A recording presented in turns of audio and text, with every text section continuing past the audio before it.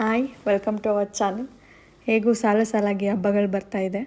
ಎಷ್ಟೇ ನಾವು ಅಂಗಡಿಯಿಂದ ಸ್ವೀಟ್ಸ್ ತಂದರೂ ನಾವೇ ಸ್ವತಃ ಮಾಡಿದರೆ ಆ ಗಮ್ಮತ್ತೇ ಬೇರೆ. ಸೊ ಬನ್ನಿ ರವೆ ಉಂಡೆ ಹೇಗೆ ಮಾಡೋದು ಅಂತ ನೋಡೋಣ. ಅದಕ್ಕೆ ಬೇಕಾಗಿರೋ ಇಂಗ್ರೀಡಿಯೆಂಟ್ಸು ರವೆ, ಸಕ್ಕರೆ, ತುರಿದಿರೋ ಕೊಬ್ಬರಿ, ದ್ರಾಕ್ಷಿ, ಗೋಡಂಬಿ, ಏಲಕ್ಕಿ ಮತ್ತು ಹಾಲು. ಇಲ್ಲೊಂದು ಪಾತ್ರೆಯಲ್ಲಿ ಹಾಲನ್ನ ಸಣ್ಣ ಉರಿಲಿ ಕಾಯಕ್ಕೆ ಬಿಡೋಣ. ಗಮ್ ಅನ್ನಬೇಕು, ಅಲ್ಲಿ ತನಕ ಕಾಯಕ್ಕೆ ಬಿಡಬೇಕು ಅದನ್ನು. ಈ ಕಡೆ ಇಲ್ಲಿ ಇನ್ನೊಂದು ಪಾತ್ರೆ ಇಟ್ಕೊಂಡು ಅದರಲ್ಲಿ ದ್ರಾಕ್ಷಿ ಗೋಡಂಬಿನ ಹುರ್ಕೋಬೇಕು.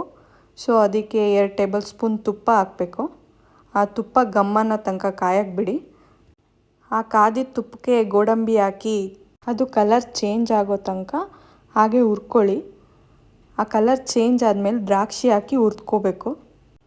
ಎಣ್ಣೆ ಬದಲು ತುಪ್ಪ ಯಾಕೆ ಯೂಸ್ ಮಾಡಬೇಕಂದ್ರೆ ಅದರಲ್ಲಿ ಒಳ್ಳೆ ಫ್ಯಾಟಿ ಆ್ಯಸಿಡ್ಸ್ ಇರುತ್ತೆ ಆ್ಯಂಡ್ ಡೈಜೆಷನ್ಗೆ ಕೂಡ ಎಲ್ಪ್ ಮಾಡುತ್ತೆ ಆ್ಯಂಡ್ ಒಂದು ಘಮ ಕೂಡ ಸಿಗುತ್ತೆ. ಇಷ್ಟು ಕೆಂಪಾದರೆ ಸಾಕು ಗೋಡಂಬಿ ಮತ್ತು ದ್ರಾಕ್ಷಿ. ಇದನ್ನು ಒಂದು ಪ್ಲೇಟ್ಗೆ ಎತ್ತಿಟ್ಕೋಬೇಕು.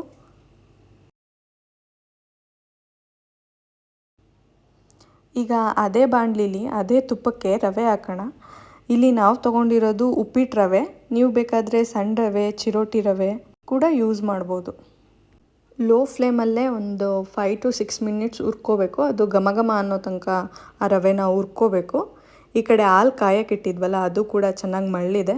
ಆಫ್ ಮಾಡಿ ಅದನ್ನ ಸೈಡ್ಗೆ ಇಟ್ಕೊಳ್ಳೋಣ. ಈ ಕಡೆ ಹುರ್ಕೊಂಡಿರೋ ರವೆಗೆ ತುರಿದಿರೋ ಕೊಬ್ಬರಿ ಹಾಕೋಣ. ಆ್ಯಂಡ್ ಇದು ಕೂಡ ಲೋ ಫ್ಲೇಮಲ್ಲೇ ನೀವು ಹುರ್ಕೋಬೇಕು.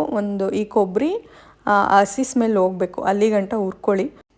ಒಂದು 2 to 3 ಮಿನಿಟ್ಸ್ ತನಕ ಹುರ್ಕೊಳ್ಳಿ. ಆ್ಯಂಡ್ ಒಂದು ಲೋಟ ಸಕ್ಕರೆ ಹಾಕ್ಕೊಳ್ಳಿ. ಎಷ್ಟು ಮೆಜರ್ಮೆಂಟಲ್ಲಿ ರವೆ ತೊಗೊಂಡಿರ್ತೀರೋ ಅಷ್ಟು ಮೆಜರ್ಮೆಂಟಲ್ಲೇ ಸಕ್ಕರೆ ಹಾಕಬೇಕು. ಇದೊಂದೇ ಇದರಲ್ಲಿ ಅನ್ಹೆಲ್ತಿ, ಸಕ್ಕರೆ ಆದಷ್ಟು ಕಮ್ಮಿ ಮಾಡಿ. ಅದಕ್ಕೇ ಸ್ವಲ್ಪ ಏಲಕ್ಕಿ ಹಾಕೋಬೇಕು. ಆಗಲೇ ಹುರಿದಿಟ್ಟಿರುವಂಥ ದ್ರಾಕ್ಷಿ ಮತ್ತು ಗೋಡಂಬಿ ಹಾಕಿ ಚೆನ್ನಾಗಿ ಮಿಕ್ಸ್ ಮಾಡಬೇಕು.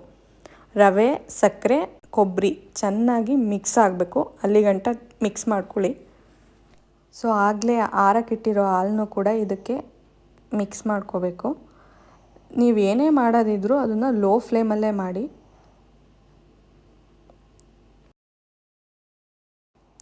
ಹಾಲನ್ನ ನೋಡ್ಕೊಂಡು ಹಾಕ್ಕೊಳ್ಳಿ, ಅದಕ್ಕೆ ಬರಬೇಕು. ಸೊ ನೋಡ್ಕೊಂಡು ಹಾಕ್ಕೊಂಡ್ರೆ ಉತ್ತಮ. ಸೊ ಸಕ್ಕರೆ ಎಲ್ಲ ಕರಗಬೇಕಲ್ಲ, ಒಂದು 10 ಮಿನಿಟ್ಸ್ ಹಾಗೆ ಬಿಡಬೇಕು. ಸೊ 10 ಮಿನಿಟ್ಸ್ ಆಗಿದೆ. ಅಮ್ಮ ಮಾಡೋ ಥರ ನೀವು ಆ ರವೆ ಉಂಡೆ ಆ ಶೇಪಲ್ಲಿ ಕಟ್ಕೊಂಡ್ರೆ ರವೆ ಉಂಡೆ ರೆಡಿ ಆಗುತ್ತೆ. ರವೆಲಿ ಕೂಡ ಹೆಲ್ತ್ ಬೆನಿಫಿಟ್ಸ್ ಇದೆ. ಫೈಬರ್ ಕಂಟೆಂಟ್ ಜಾಸ್ತಿ ಇದೆ. ಫೈಬರ್ ಕಂಟೆಂಟ್ ಜಾಸ್ತಿ ಇರೋದ್ರಿಂದ ಡೈಜೆಷನ್ಗೆ ಹೆಲ್ಪ್ ಮಾಡುತ್ತೆ. ಆ್ಯಂಡ್ ಈ ರವೆಲಿ ಐರನ್ ಮತ್ತು ಬಿ ವಿಟಮಿನ್ ಜಾಸ್ತಿ ಇದೆ. ಸೊ ಹೆಲ್ತಿ ಕೂಡ ಹೌದು. ಇದು 10 to 15 ಮಿನಿಟ್ಸ್ ರೆಸಿಪಿ, ಯಾರು ಬೇಕಾದರೂ ಟ್ರೈ ಮಾಡ್ಬೋದು. ಈ ರವೆ ಉಂಡೆನ ಕೆಲವರು ಬೇರೆ ಬೇರೆ ರೀತಿಲೆಲ್ಲ ಮಾಡ್ತಾರೆ. ಇದು ನಮ್ಮವ್ವ ಹೇಳ್ಕೊಟ್ಟಿರೋ ರೆಸಿಪಿ, ಅಂದರೆ ಅಜ್ಜಿ ಹೇಳ್ಕೊಟ್ಟಿರೋ ರೆಸಿಪಿ. ಇವತ್ತಿನ ರೆಸಿಪಿ ಬಂದು ಇದೇ ರವೆ ಉಂಡೆ. Thanks for watching.